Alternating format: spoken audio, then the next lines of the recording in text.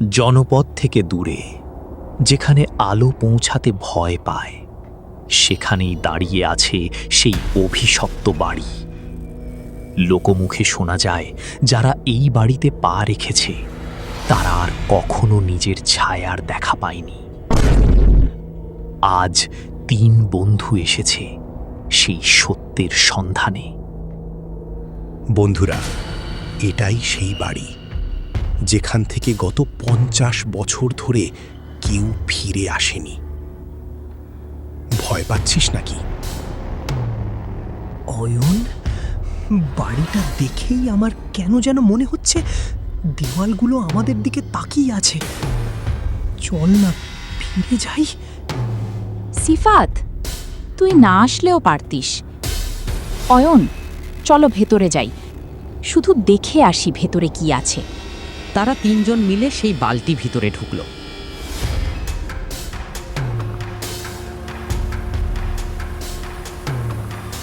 বাড়ির বারান্দাতে চারদিকে কেমন যেন শুনশান অবস্থা বিরাজ করছে, নিস্তব্ধ এক পরিবেশ।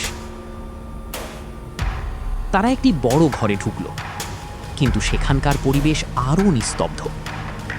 চারদিকে শুনশান অবস্থা, দেয়ালগুলো পুরাতন, দেখে মনে হচ্ছে এই বুঝি ধসে পড়বে। চারদিকে আসবাবপত্র অনেক পুরাতন, চারদিকে ধুলো ভরা, দেখে মনে হচ্ছে কত যুগ যুগান্তরে এখানে কেউ ঢোকে না। বাড়ির ভেতরে বাতাস ভারী, যেন কেউ দীর্ঘশ্বাস ফেলছে। অয়ন দেখল ঘরের মাঝখানে একটা পুরনো রেডিও। মনে হচ্ছে সেটা যেন যুগ যুগ ধরে কারো অপেক্ষায় ছিল। দেখ, কত পুরনো রেডিও, মনে হচ্ছে 70-এর দশকের। দেখ,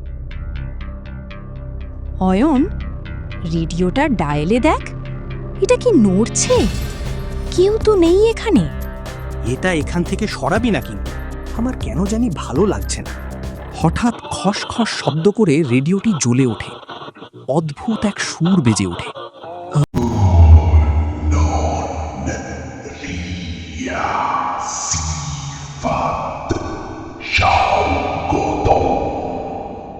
এটা অটোমেটিক চলছে কিভাবে?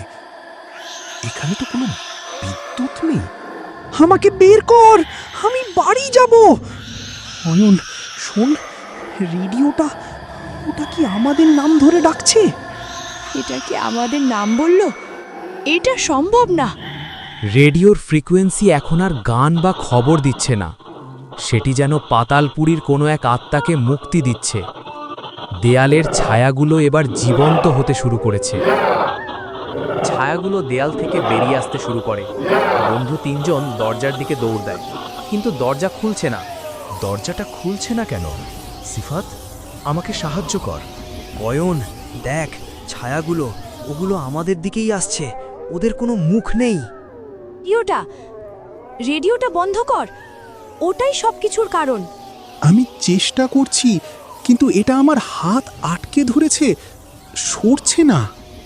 তোমরা আর ফিরতে পারবে না। তোমাদের কণ্ঠ এবার এই রেডিওর ভেতরে বন্দী হবে। অয়ন রেডিওটার দিকে ঝাঁপিয়ে পড়ে, কিন্তু ততক্ষণে অনেক দেরি হয়ে গেছে। ঘরটা ধীরে ধীরে নিস্তব্ধ হয়ে যাচ্ছে। শুধু বাতাসের শব্দ আর রেডিওর সেই অদ্ভুত গুঞ্জন।